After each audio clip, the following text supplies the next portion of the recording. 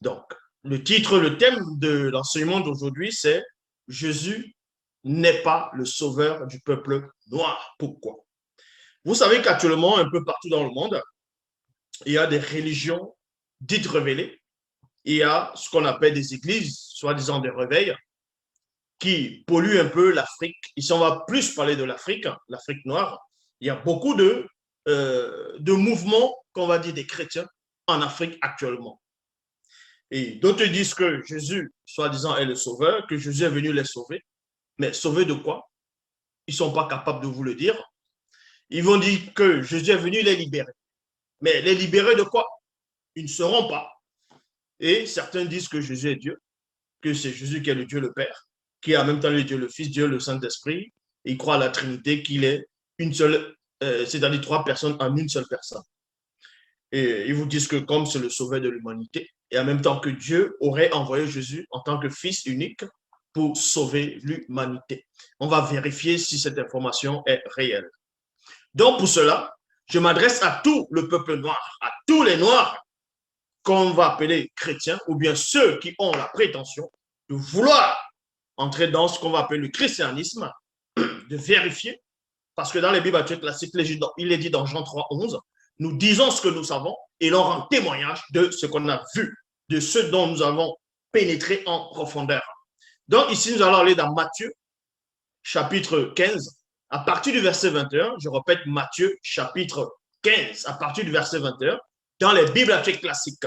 Dans les versets que je vais donner aujourd'hui, c'est dans les versions classiques actuelles. Donc, on repart dans Matthieu, chapitre 15, au verset 21. On va vous démontrer ici que le soi-disant Jésus lui-même, selon les versions traduites, selon les versions bibliques, dit de sa propre bouche qu'il n'est pas, on va dire comme ça, venu pour vous. Parce que beaucoup de peuples acceptent ce Jésus comme sauveur en disant que c'est le Messie, le sauveur, il est venu les délivrer de la damnation éternelle, du péché, ainsi de suite. Mais vous allez voir que le peuple noir à qui je m'adresse, Jésus ne peut pas vous sauver.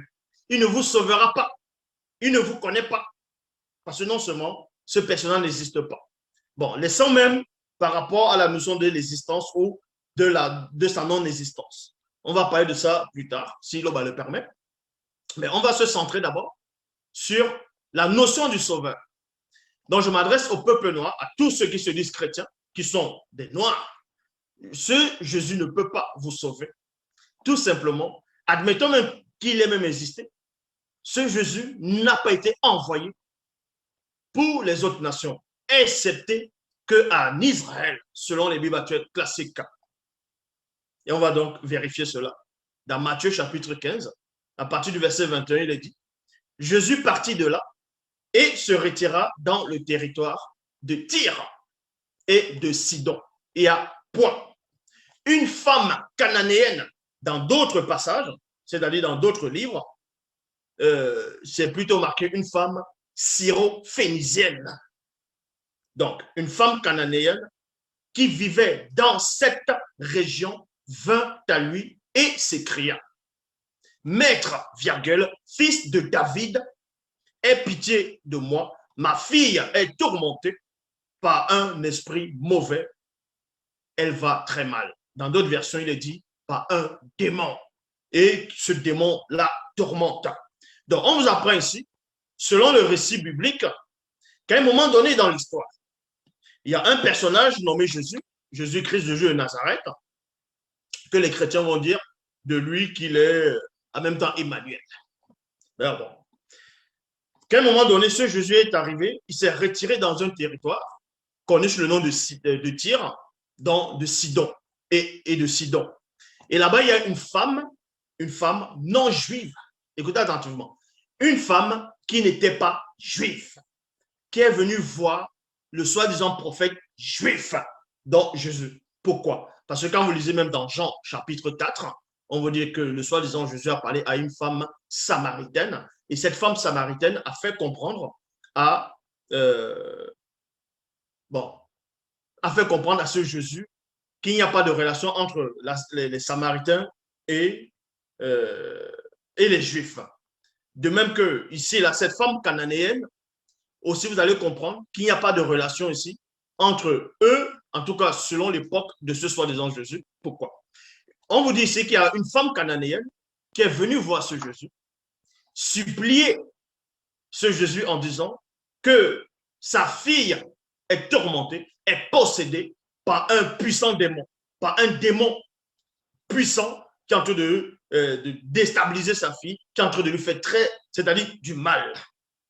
Et pendant qu'elle criait, pendant qu'elle s'exclamait plutôt, et on vous dit ici, mais Jésus ne répondit pas un mot. Il y a point ici. On vous dit que cette femme est en train de supplier Jésus, dans celui dont vous dites qu'il est votre sauveur, et ce Jésus ne s'est pas, en gros, retourné. Il ne s'est pas adressé à cette femme. Il n'a même pas eu compassion de cette femme, premièrement. Et Jésus n'était pas seul, il était avec ses disciples. Et ça a surpris ses disciples, ça a étonné ses disciples. Et ses disciples prennent la parole, ils disent à ce Jésus, dont vous dites ici, ses disciples s'approchèrent pour lui adresser cette demande. 2 points. Renvoie-la, car elle crie, car elle ne cesse de crier en nous suivant. Donc, même les disciples, ça les dérangeait aussi. Cette femme, pendant qu'ils étaient en train de cheminer, cette femme était en train de crier, fils de David, aie pitié de moi, aie pitié de ma fille est tourmentée. Donc, elle élevait la voix. Vous savez, quand une femme, elle est motive, quand une femme, elle est dans la douleur, elle crie, les douleurs, ça peut fondre un homme, c'est-à-dire toucher la conscience de l'homme, et l'homme va peut-être pleurer, ainsi de suite. Donc, les apôtres ici, ça les a aussi dérangés. Mais on vous apprend que ce Jésus, ça ne le dérangeait pas. Ça ne le troublait même pas, les cris de détresse de cette femme-là. Lui, ça ne lui faisait rien du tout. Il était en train de cheminer. Et c'est les apôtres, vu qu'ils étaient, les apôtres étaient terriblement sensibles, ils sont venus devant, près de Jésus, ils ont dit, mais renvoie cette femme, vu que elle est en train de crier, elle nous suit depuis, et c'est pas bon. Donc, et Jésus répond, il répondit ici, je n'ai été envoyé qu'aux brebis perdues du peuple d'Israël. Voilà ce que ce Jésus donne, répond à ses apôtres. Il dit, mais je ne me soucie même pas de cette femme. Pourquoi vous venez me parler de cette femme, de la renvoyer? Je n'ai même pas à lui parler. Je n'ai même pas à lui parler. Je ne suis pas venu pour eux, pour cette tribu-là. Je ne suis pas venu pour eux, je suis venu uniquement pour le peuple d'Israël. Je suis venu uniquement pour la patrie. Voilà ce que ce Jésus dit. Voilà ce qui est écrit dans les Bibles actuelles classiques. Donc, par les propos de ce Jésus, il vous apprend ici qu'il n'est pas venu pour les Européens, il n'est pas venu pour les Américains, il n'est pas venu pour les Africains, oui, il n'est pas venu pour les Noirs. Et selon les Bibles actuelles classiques, Jésus-Christ dit qu'il n'est pas venu pour les autres nations. Donc toi, le Noir qui me regarde, qui est chrétien à fond, qui prie ce soi-disant Jésus, Jésus dit ici qu'il n'est pas venu pour toi. Mais pourquoi tu dis qu'il est venu pour toi? Il t'a dit ça où? Qu'il est venu pour toi. Vu que le même Jésus dit ici, il répondit, je n'ai été envoyé qu'aux brebis perdues du peuple d'Israël et non aux brebis perdues du peuple d'Afrique. Non, Jésus n'est pas venu pour vous. Jésus n'est pas votre sauveur. Il n'est pas le sauveur du peuple noir. Est-ce que vous comprenez? Il n'est pas le soi-disant Dieu dont Yahvé Adonai, Jéhovah Elohim l'Éternel, ce faux Dieu, n'a pas envoyé ce soi-disant Jésus pour l'homme noir, pour sauver l'homme noir de la servitude, de la mort spirituelle, de la négation. Non, puisque ce Jésus ne vous connaît pas. Voilà ses propos. Parce qu'on voit en Afrique, ils remplissent les églises, ils disent que Dieu m'a dit, que Jésus m'a dit. Mais le Jésus dit ici, dans les Bibles classiques, que le soi-disant Dieu l'a envoyé uniquement pour le peuple, pour ceux de la maison d'Israël, uniquement. Voilà ce que ce Jésus dit. Donc, si une autre personne vient dire autre chose, vu que vous dites que Jésus est la vérité, il est le chemin, il est la vie, parce que selon les Bibles classiques, on dit qu'il dit cela, et qu'il est le même aujourd'hui éternellement. Mais s'il dit quelque chose de sa bouche, et qu'un disciple ou une autre personne va venir vous, soi-disant, donner la révélation, pourquoi vous allez croire à d'autres personnes et refuser de croire ce que ce soi-disant Jésus est en train de dire ici, qu'il est venu uniquement pour les brebis perdues de la maison d'Israël. Et on va dans la Bible du semeur, il est dit, c'est à quoi il répondit. Ma mission se limite parce que selon les Bibles classiques, quand Dieu, on va dire comme ça, selon les Bibles classiques, quand Dieu l'envoie, Dieu lui donne une mission, mais sa mission a une limite, mais pas l'esprit, parce qu'on ne donne pas l'esprit avec mesure, mais sa mission a une limite. Et il vous le dit ici, il dit, ma mission se limite qu'aux brebis perdues du peuple d'Israël. Il y a point ici, du peuple d'Israël. C'est pour ça qu'il y a maintenant, il y a des mouvements qui vont se lever, ils vont se dire d'eux qui sont des Hébreux israélites, d'autres des Kémites, ainsi de suite, bref, toutes sortes de formes de mouvements qui ne font que sortir un peu partout, mais qui ne serviront à rien. Qui ne servent à rien. Est-ce que vous comprenez? Qui ne servent à rien. Parce que l'ennemi qui est dans le monde est terriblement puissant. Il vous écrase journellement. Donc, on vous apprend ici au peuple noir que Jésus n'est pas venu pour vous. Le soi-disant Jésus dont vous priez, vous faites des nuits de prière, vous faites des jeûnes, vous priez, vous dites qu'il est votre sauveur, vous dansez, vous faites du jeûne, ainsi de suite. Ce Jésus dit qu'il ne vous connaît pas. Ce Jésus te dit à toi, à l'homme noir, que Dieu ne l'a pas envoyé pour toi. Dieu n'a pas envoyé Jésus pour toi. Puisque Jésus dit que sa mission est limitée, se limite uniquement aux brebis perdues de la maison d'Israël. Je sais qu'actuellement, beaucoup de ceux qui se disent chrétiens noirs, qui sont en train de m'écouter, qui sont en train de regarder cet enseignement, vont essayer de chercher des versets qui vont vouloir contredire ce que le passage que je viens de lire. Donc, vous voulez chercher un verset d'un soi-disant apôtre qui va contredire ce que Jésus lui-même sort de sa bouche, selon les Bibles classiques. Ah, vous voyez que déjà, vous n'êtes même pas logique. Donc, ici, on va aller dans Bible Parole de vie. Il est dit, Jésus répond, Dieu m'a envoyé. Dieu m'a envoyé. Mais il ne dit pas ici qu'il s'est envoyé lui-même. Mais il dit que Dieu l'a envoyé. Dieu m'a envoyé seulement. Seulement. Le mot seulement, ça veut dire quoi? Vous allez sur Internet, vous n'avez pas besoin de sortir de l'école, de la grande école spirituelle de Zouloula, ou bien d'Adva, de Saint-Cyr, ou bien, je ne sais pas, dans d'autres formes d'école. Vous n'avez pas besoin d'avoir Bac plus, c'est pas Bac plus 3 ou bien la licence pour savoir que quand on dit seulement, c'est seulement une chose. Donc, je bois seulement un verre d'eau. C'est-à-dire que je ne veux pas boire 2 verres. Je ne veux pas boire 3 verres. Si je dis que Dieu m'a envoyé uniquement pour boire l'eau qui est contenue dans ce verre, je ne veux pas boire les autres eaux, les autres, en gros, l'eau qui se trouve dans d'autres verres. Ça, je ne le ferai pas. Parce que si je le fais, je vais désobéir à celui qui m'a envoyé.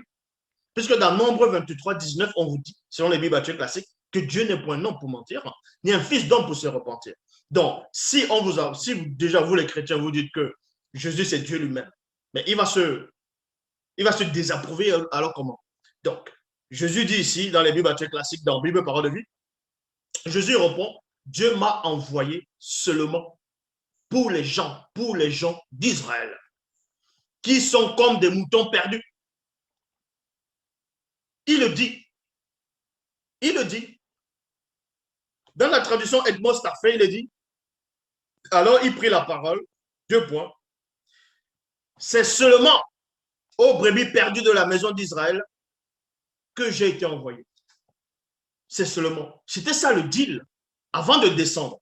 Parce qu'on vous dit dans Philippiens 2, 59 que ayant les sentiments qui étaient en Jésus-Christ, lequel existait en forme de Dieu, il n'a point regardé comme il peut arracher des égal à Dieu, s'est dépouillé, il va prendre forme de serviteur en devenant semblable aux hommes, ayant paru comme un simple homme. Donc, vous voyez, il s'est humilié lui-même jusqu'à la mort, il est devenu semblable, c'est-à-dire, il est devenu plus bas, c'est-à-dire plus inférieur qu'à l'homme. Et dans la suite, on vous dit, c'est pour ça aussi que Dieu l'a souverainement élevé, parce qu'il a, soi-disant, accompli la mission de Dieu, selon les Bibles classiques. Donc, ce Dieu-là l'envoie pour quoi faire? Le Dieu dont vous dites qu'il est dans le Créateur, et qu'il est le Père de Jésus, qu'en même temps il est Jésus, et vous dites qu'il est votre sauveur. Jésus dit ici que Dieu l'a envoyé seulement pour les gens d'Israël, et non pour les Africains, et non pour toi, le noir qui me regarde, et non toi, le noir qui me regarde, qui saute tous les dimanches, qui veille, qui prient les réunions de prière. Tu dis, ah, je vais voir mon pasteur, je m'en vais, la Bible dit, vous allez évangéliser. Vous évangélisez pour rien. Vous travaillez même pourquoi? Vous évangélisez pourquoi? Vous prononcez le nom de Jésus pourquoi? Ça vous servira à rien. Ça vous sert à rien. Vu que soit dans vos propres Bibles, on vous dit que Jésus ne vous connaît pas. Puisque sa mission s'arrête uniquement dans la maison, c'est-à-dire dans le peuple d'Israël. Uniquement. C'était ça le deal avec son Dieu, selon les Bibles. C'est pour ça qu'il a dit dans la traduction, et moi ça fait. Alors il prit la parole, 2 points. C'est seulement aux brebis perdues de la maison d'Israël que j'ai été envoyé. Donc, dans Matthieu chapitre 15, versets 25 à 26, il est dit, dans Matthieu chapitre 15, versets 25 à 26, il est dit, mais la femme vint se mettre en genoux devant lui et dit, Maître, aide-moi. Donc, on vous apprend que malgré que le soi-disant Jésus ait dit ouvertement que Dieu qui l'a envoyé, parce qu'il dit quoi? Que tout ce qu'il fait, tout ce qu'il dit ne vient pas de lui, mais de celui qui l'a envoyé. Et il dit ici que la mission qu'il est venu accomplir sur terre, donc l'œuvre qu'il est venu accomplir, vient de Dieu. Et que Dieu lui a donné une mission, que sa mission devait s'arrêter uniquement dans la patrie, dans la communauté d'Israël, pour ceux qui sont perdus dans la maison d'Israël. Vous voyez? Voilà ce qu'il dit. Cette femme a entendu cela. Mais elle vient quand même, elle poursuit. Et on vous dit ici dans Matthieu 15, 25 à 26, mais la femme vint se jeter aux pieds, aux genoux devant lui et dit, Maître, aide-moi. Dans le verset 26, le Jésus a entendu, cette femme a dit, aide-moi. Il y avait des gens autour. Les apôtres étaient là, il y avait du monde, les gens regardaient. Et Jésus lui répond maintenant à cette femme, il dit, il répondit, il n'est pas permis de prendre le pain des enfants et de le jeter aux petits chiens. Il n'est pas permis. Mais ça veut dire qu'il y a une loi, il y a un décret, il y a eu une interdiction avant que le soi-disant Jésus, selon les Bibles classiques, ne vienne accomplir la mission de celui qui l'a envoyé. Il y avait déjà un deal, il y avait un décret, il y avait une loi. Puisqu'il dit ici, il n'est pas permis. Mais c'est Dieu qui n'a pas permis que le miracle, les paroles, c'est-à-dire de repentance et ainsi de suite, soient données aux autres nations, uniquement au peuple d'Israël. Seul, ça devait seulement être transmis au peuple d'Israël. Donc, d'où vient que les Noirs, ils sont là? Le peuple noir, ils sont en train de dire Jésus est le sauveur, Jésus les a sauvés, Jésus les a délivrés, qu'ils donnent pour Jésus, et ils sont en train de chanter, de faire les DVD, ils sont en train de crier. Quelqu'un dit ouvertement, les Bibles que vous lisez, il dit ouvertement de sa propre bouche sur les Bibles, qu'en gros, il ne vous connaît pas. Il n'a pas été, on ne l'a pas envoyé dans votre nation.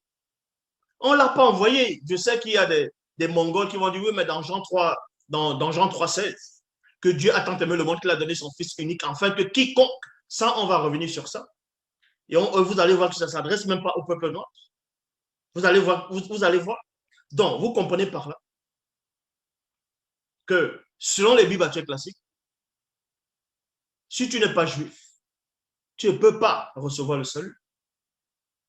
Maintenant, d'autres vont prendre les versions. Les passants, on va dire, oui, mais Paul a dit, maintenant en Christ, il n'y a plus juif, il n'y a ni juif, ni grec, ni ceci, ni cela, ni homme, ni femme. Donc, Paul vient contredire ce que le soi-disant Jésus dit. Donc, c'est ça. Donc, c'est Paul qui est devenu votre sauveur. C'est Paul qui est devenu votre parole d'évangile. Ce n'est plus Jésus. Donc, vous acceptez Jésus quand ça vous arrange, certaines paroles, mais quand ça ne vous arrange pas, vous acceptez ce qu'un autre apôtre va venir dire. Le soi-disant apôtre Paul des Bibles actuelles classiques qui va contre la loi, puisque dans la loi de la circoncision a été instaurée dans les Bibles actuelles classiques par Dieu. Est-ce que vous comprenez? Selon, je dis bien selon les Bibles actuelles classiques, je ne dis pas selon la vérité, mais selon les Bibles actuelles classiques, par Dieu, à Abraham, selon ce qu'on veut nous faire croire, et qu'il a dit à Abraham que c'est une loi qui sera à perpétuité. À perpétuité, ça veut dire quoi? C'est-à-dire, tant que le monde existe, cette loi ne disparaîtra pas. Et que même les étrangers qui sont nés chez Abraham doivent être circoncis. Et le même Dieu qui avait dit ça, un prophète vient des années plus tard, des siècles plus tard, il va dire que Dieu n'est pas un homme pour mentir, ni un fils d'homme pour se repentir, donc pour revenir sur sa décision. Et on vous apprend qu'il y a un soi-disant Paul de Tarse, qui vient dire non, la circoncision ne compte plus. Que si vous vous faites circoncis, Christ ne vous servira à rien. Donc Dieu a changé d'avis. Dieu a dit, bon, tiens, la circoncision ne compte plus. Maintenant, je vais envoyer mon fils. Il va abolir tout ça. Donc, vous voyez que ça ne tient pas. Il va appeler ça le Nouveau Testament. Un Nouveau Testament. Non. Si vous acceptez que Dieu est tout-puissant, il ne peut pas se contredire. Il ne revient pas sur sa décision. Donc, le soi-disant Jésus des Bibles actuelles classiques, il confirme de sa propre bouche. Puisque lui-même, il dit quoi? Selon les Bibles actuelles classiques, que mes paroles sont esprit et vie. Donc, si sa parole, soi-disant, est esprit et vie, et que sa parole est la vérité, pourquoi vous ne voulez pas accepter cette parole qui dit qu'il n'est pas venu pour vous, le peuple noir? Il n'est pas venu pour vous. Il est venu uniquement chez les brebis perdues de la maison d'Israël.